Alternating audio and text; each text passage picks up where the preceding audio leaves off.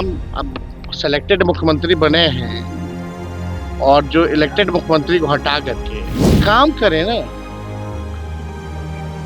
काम ज्यादा करें, बात कम करें। बिहार जो नीति आयोग की रिपोर्ट में पिछले 20 सालों से फिसड्डी है।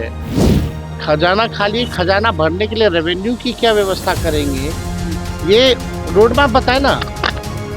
मुख्यमंत्री जी से हम जानना चाहेंगे कि उनका विजन और रोड मैप क्या है, कब आएगा आखिर 5 टॉप राज्यों में बिहार, ये सवाल है हमारा। कोई महिला आरक्षण के बिल के खिलाफ कोई नहीं है, कोई पार्टी नहीं है, कोई सांसद नहीं है। हम लोगों की ये मांग थी कि ओबीसी जो महिलाएं हैं, पुरुषों की जाति जाति हो गया, महिलाओं की जाति जाति नहीं होगी।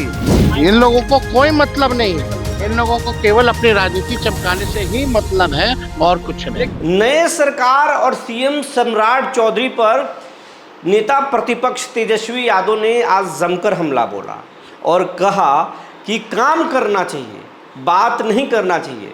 नए सीएम बात ज़्यादा कर रहे हैं और काम नहीं कर रहे हैं। बिहार की क्या स्थिति है, खजाना खाली है। तेजस्वी यादव ने सम्राट चौधरी पर इशारों में बड़ा हमला कर दिया, बीजेपी पर हमला किया और फिर एनडीए पर हमला किया। इस दौरान तेजस्वी यादव ने क्या कुछ कहा, आप खुद सुन लीजिए। कोई महिला आरक्षण के बिल के खिलाफ कोई नहीं है, कोई पार्टी नहीं है, कोई सांसद नहीं है, ये बात समझना होगा। महिला बिल ये सत्ता पक्ष से पूछे तो पहले ही से पास हो रखा है और हम लोगों की ये मांग थी कि ओबीसी जो महिलाएं हैं, पुरुषों की जाति जाति हो गया, महिलाओं की जाति जाति नहीं होगी। तो पिछड़ी महिलाएं ओबीसी महिलाओं को क्यों नहीं, ये हमारा सवाल था। लेकिन ये पूर्व में पारित हो गया, हम लोगों की संख्या नहीं थी, वरना हम लोग चाहते थे कि भाई ओबीसी महिलाओं को भी जो है आरक्षण मिले, लेकिन नहीं हो पाया। ये आनन फानन में जब 5 राज्यों का चुनाव चल रहा है तो ये आनन फानन में इसलिए लाया गया कि डीलिमिटेशन की जो बातें थी और जो सेंसस जो होना है, लेटेस्ट सेंसस, ये साफ तौर पे इसलिए था, ये लोग जो दे रहे थे 2011 की जनगणना को लेकर के होता, लेकिन हम लोग का है कि भाई जो लेटेस्ट जो 25 की जो जनगणना है उससे होगी तो जाहिर से तौर पे पिछड़ों की, अति पिछड़ों की, दलितों की जो आबादी है वो बढ़ेगी, तो आरक्षण फिर देना होगा इन लोगों को, जाति जनगणना कराना पड़ेगा।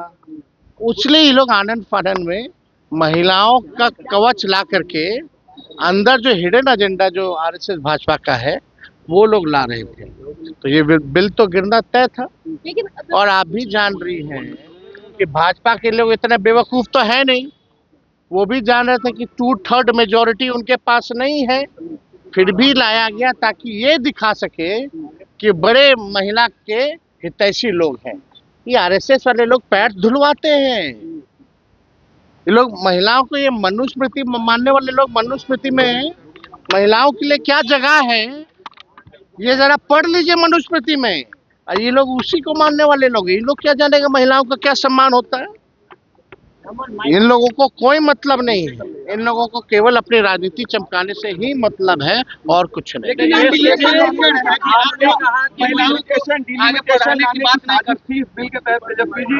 डिलिमिटेशन हुआ ना जम्मू कश्मीर में, असम में, कश्मीर का चुनाव का रिजल्ट जो 6 जगह इन लोगों ने डिलिमिटेशन किया, उबाड़ खबाड़ करके 6 जो है बीजेपी जीती है।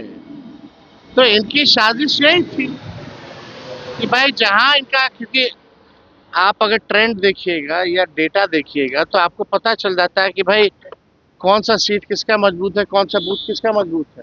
जो आपका मजबूत होगा काट देगा, 4 जगह 4 भाग में कर देगा।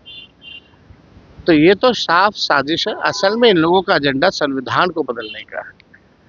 डिलिमिटेशन के बाद ये लोग चाहते थे कि भाई इनकी मेजॉरिटी 2/3 से ज़्यादा आ जाएगी तो संविधान बदल देंगे। असल एजेंडा इन लोगों का ये है और हम लोगों के रहते हुए बाबा साहब अम्बेडकर के संविधान को कोई नहीं बदलेगा।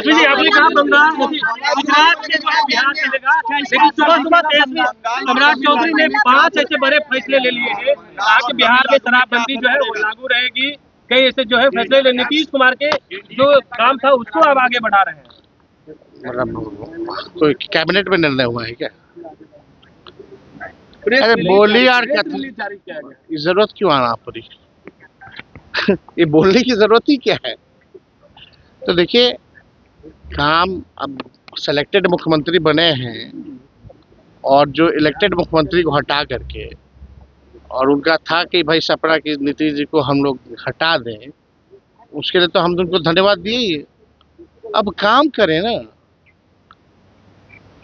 काम ज्यादा करें, बात कम करें। बिहार जो नीति आयोग की रिपोर्ट में पिछले 20 सालों से फिसड्डी है, कब आएगा आखिर 5 टॉप राज्यों में बिहार?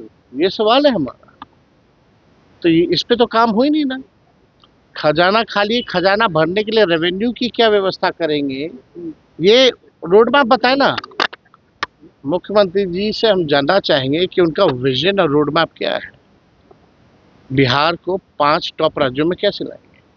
हर जिले में कारखाने देने की बात की गई है, 2 करोड़ नौकरी देने की बात की गई है, 2 लाख रुपए महिलाओं को देने की बात की गई है। लेकिन ये मुख्यमंत्री जी बिजली दर के बारे में कुछ बात की है क्या? कि आप तो कहते थे 125 यूनिट फ्री में बिजली लाएंगे, और अब दरें बढ़ा दी गई हैं, और दरें उस समय की बढ़ाई गई हैं सबसे ज्यादा जब बिहार के लोग बिजली का उपयोग करते हैं। तो इस पे तो कोई सवाल नहीं। ये लोग मुद्दे की बात नहीं करेगा। इन लोगों से कितना भी बकवास बुलवा लीजिए, वही लोग बोलेगा। आखिर इनके हाथ में तो है नहीं। अब तो सुनने में आ रहा है कि भाई पीएमओ से आ रहे हैं। हम तो बात जो कहते थे वो बात तो हो ही गई ना साबित, कि भाई अब गुजरात से ही चलेगा बिहार।